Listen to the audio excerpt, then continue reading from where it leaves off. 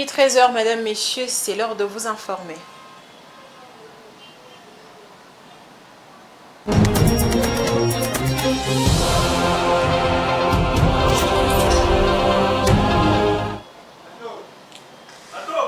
La CENI a enfin publié les résultats à tous les niveaux des élections du 20 décembre 2023.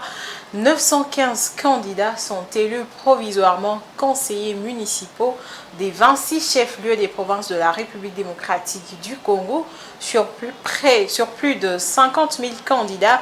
Selon les résultats publiés par la Commission électorale nationale indépendante, ces scrutins ont été organisés uniquement dans les chefs-lieux, mais la voie est tracée pour les futurs afin de les organiser effectivement dans toutes les communes du pays, telles que le prévoit la loi électorale, a laissé entendre la CENI lors de la proclamation de ces résultats provisoires. Des alliances continuent à se faire dans le monde politique congolais. Le Pacte pour un Congo retrouvé, PCR en sigle, une nouvelle force politique qui vient d'être lancée ce mardi 23 janvier 2024. Cette alliance est soutenue par près de 231 députés à la fois nationaux et provinciaux fédérant 6 regroupements politiques ainsi qu'un parti politique. Parmi eux figurent l'ABAR-AUNC, l'AVK, l'AB50, l'AMSC, l'AAP, le CODE, le CDER. Ce mouvement est le fruit de la collaboration entre 4 figures politiques dont Vital Kamerhe et Jean-Lucien Boussa, Julien Paluku et Tony Kankou. Je vous propose de suivre Vital Kamerhe, l'un des initiateurs de la dite plateforme, dans cet extrait choisi par Rachel Misenga. La cérémonie de séjour qui nous réunit en ce moment traduit la volonté de nos regroupements et partis politiques respectifs de former une alliance politique solide en vue d'apporter à son Excellence, Monsieur le Président de la République, Félix-Antoine Tshilombo, le soutien nécessaire à l'accomplissement de sa vision et l'ambition qu'il porte de faire de notre pays un État plus fort, plus uni et plus prospère au cœur de l'Afrique. Dans cette perspective, l'alliance que nous avons décidé de constituer au regard des résultats des élections législatives nationales et provinciales a pour fondement la confiance que notre peuple a placée en nos élus par l'expression de son vote pour matérialiser ses aspirations plus profondes. Notre démarche politique vise à participer à la consolidation tout de son Excellence, Monsieur le Président de la République de l'État, une majorité parlementaire confortable, constructive et cohérente.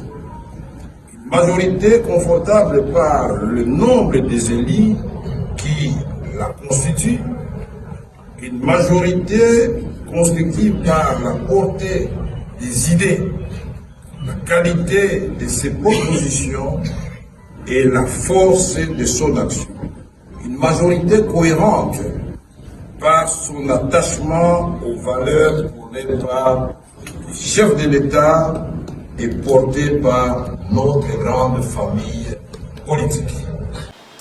Et en sport, les léopards de la République démocratique du Congo joueront leur survie à la CAN face à la Tanzanie lors de la 3e et dernière journée aujourd'hui à 21 h, heure de Kinshasa. Les hommes de Sébastien Desabre n'auront besoin que d'un match nul à défaut d'une victoire pour se qualifier. Blaise Kuzola nous en dit plus. Ce mercredi 24 janvier, le Léopard de la RDC, deuxième du groupe F, affronteront le Taifa Stars de la Tanzanie pour la 3e et dernière journée de la phase de groupe de la Coupe d'Afrique des Nations qui se dispute en Côte d'Ivoire. En conférence de presse d'avant-match, Yohan Wissa s'est adressé en ces termes. En temps du match, forcément, le coach l'a bien dit, c'est de bonifier nos 2 premiers matchs. Maintenant, ça va être un match assez décisif parce que ça va décider de notre aventure de la CAN, notre aventure. Et en tout cas, on a à cœur de faire un beau match et de faire au minimum un point et de gagner. Après, voilà, on part avec l'objectif de gagner tous les matchs, donc on est des compétiteurs. Donc on va faire le maximum. Quant à lui, Sébastien Desabre, sélectionneur de la RDC, a clairement fait savoir leur objectif pour cette rencontre après 2 matchs joués sans victoire. C'est un match qui est pour nous décisif pour la suite de la compétition. Nous sommes très concentrés, tranquilles et nous avons hâte de jouer ce match.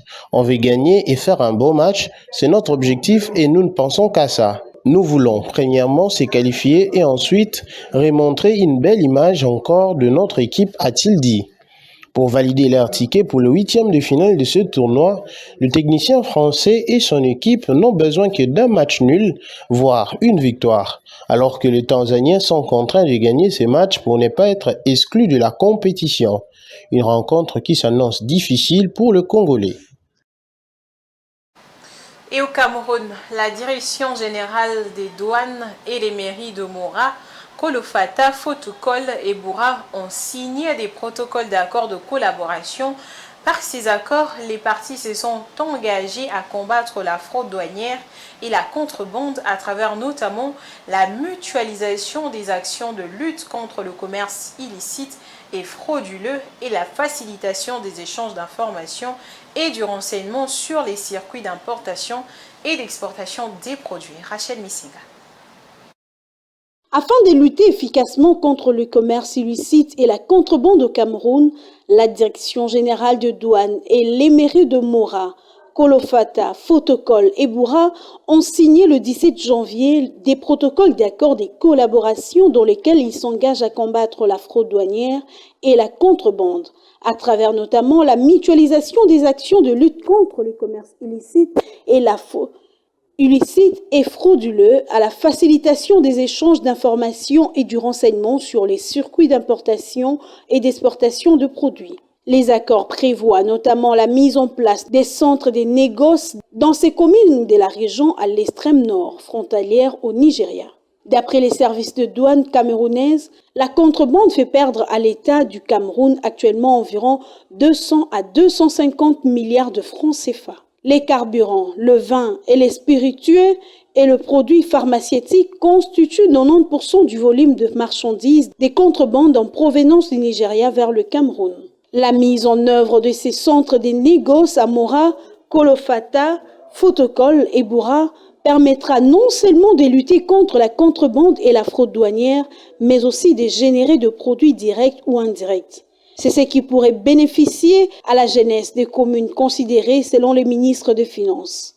Louis-Paul Motaz. Selon les termes d'accord, les mairies devront contribuer à la sécurité et à la surveillance des marchandises à l'intérieur et aux alentours de ces aménagements en collaboration avec les forces de sécurité. C'en est fini pour ces 13 heures, mesdames et messieurs. Merci de votre aimable attention et rendez-vous à 19h30 pour la grande édition du journal télévisé avec Patience Lokeke à la présentation.